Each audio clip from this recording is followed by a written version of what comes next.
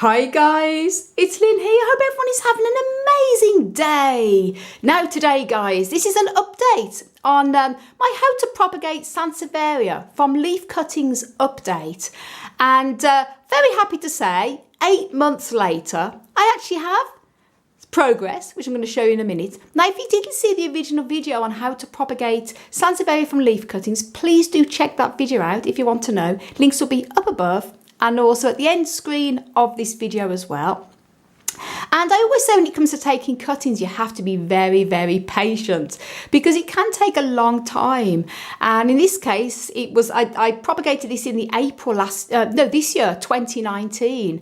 And only just now, the end of December, it is starting to send out new growth, which I'm going to show you. And just to let you know, I did mention in the original video on propagating Sansevieria that when you do take from leaf cuttings, although the mother plant, as in this case, is variegated, and there's many different variegated forms on Sansevieria, they're all beautiful different patterning on them.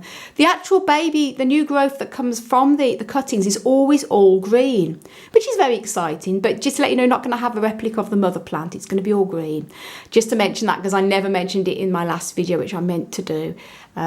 Just to bear that in mind. But as I say, patience is always the key. And I knew that this had actually rooted, even though there was no signs of new growth, because it had fattened up. And also you can tell when you click the leaves there, they're nice and firm. I put them in quite sort of loosely into this pot when I did pot it up. And I kept checking every few weeks and it was still a bit wobbly. And then the one day when I gave it a bit of a water, it fattened up. I thought, yes, it's rooted. And I couldn't really do much of an update after that because nothing had really happened. But here we go now. As I say, 8 months later, patience is the key. There you go. There's the new little baby growth coming from this leaf here. Very, very happy to see. And I can't get too close because not very good with the macro. But as you can see there, there's a new little baby plant emerging there from the leaf. So very, very excited to see. And this one here, still no signs of any growth coming from this. But as I say, it has nice and firm, so it's definitely rooted. And as this one has come from this leaf here, I'm pretty sure it'll only be a matter of weeks before this one also sends out little plantlets from the base. Very exciting. So that's just a bit of an update. And also just to let you know that when you are propagating, it can take many, many months. Patience really is the key, guys. I'm often saying, oh, I've planted cuttings and nothing's happening. You just have to wait. And as long as the cuttings aren't dying back or anything like that, you just have to be patient. And we have this actually in our grow room under the grow lights. So it's getting plenty of warmth and extra additional light at this time of year in the winter. And as I say, it was April when we propagated this, so it took all this time to actually form a plantlet. But happy to see, look at that. And that's the update on it. And as I say, if you want to know how to propagate Sansevieria from leaf cuttings, then do check the video out.